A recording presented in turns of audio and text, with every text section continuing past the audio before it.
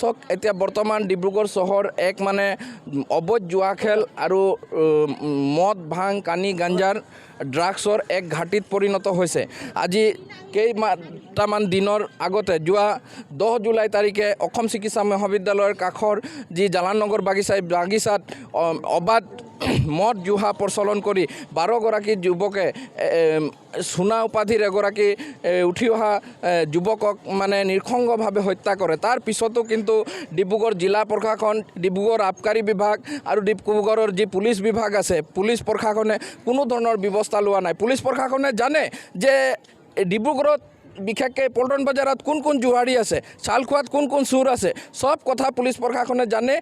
এই ঘটনাৰ পিছতো যোৱা কেইদিনমান আগতে এটা জুহা খেল উৎখাত হ'ল ডিব্ৰুগড়ত, ডিব্ৰুগড় সদৰ থানাৰ ওচৰতে ৰেলৱে ষ্টেচনত। তাৰ পিছতো কিন্তু এনেকুৱা ঘটনা ঘটি আছে। গতিকে আমি বিজেপি চৰকাৰৰ মুখ্যমন্ত্ৰীক আমি দাবী জনাইছোঁ যে ঐতিহ্যমণ্ডিত অসম চিকিৎসা মহাবিদ্যালয়ৰ চৌহদৰ লগতে কাষৰীয়া অঞ্চলসমূহত ড্ৰাগছ, ভাং গাঞ্জা, ব্ৰাউন চুগাৰ আৰু চুলাই মদৰ অবৈধ প্ৰচলন সম্পূৰ্ণৰূপে বন্ধ হ'ব লাগিব।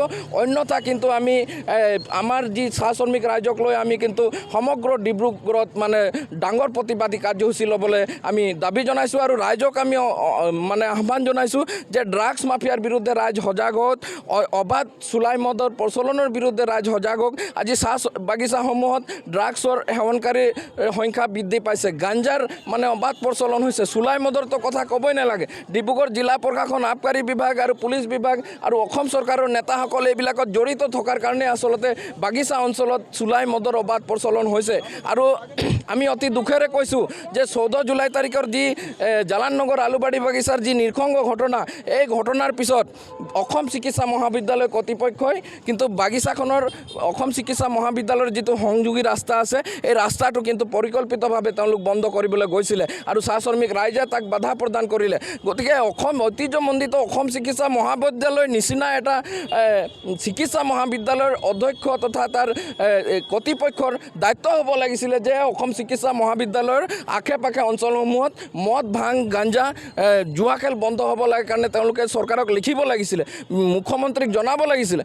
কিন্তু সেইবোৰ নকৰি চাহ শ্ৰমিকক আজিও মানে এচাম মানুহে গোলাম বুলি ভাবে। আজি আমি 200 বছৰ 300 বছৰ এই চৰকাৰী শোষণ আৰু মালিক পক্ষৰ শোষণ সহ্য কৰি আছোঁ। আমাৰ ধৈৰ্যৰ সীমা পাৰ হৈ গৈছে। চাহ শ্ৰমিক যোনদিনা ধৈৰ্য সীমা উকলি যাব সেইদিনা কিন্তু যিবিলাক মানে ষড়যন্ত্ৰকাৰী আছে, বিজেপি চৰকাৰে হওক, পুলিচ প্ৰশাসন, কোনো কিন্তু ৰেহাই নাপাব। আজি জনতাৰ পইচা লৈ পুলিচে দৰমহা খাই আছে। কাৰ পইচাত পুলিচে দৰমহা পায়? অসম পুলিচৰ ডিজিপিক আমি সকিয়নি দিছোঁ।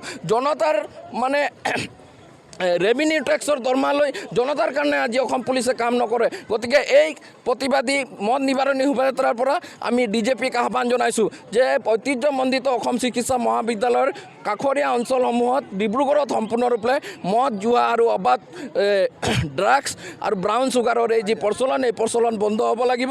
অন্যথা কিন্তু আপুনি গাদী এৰক।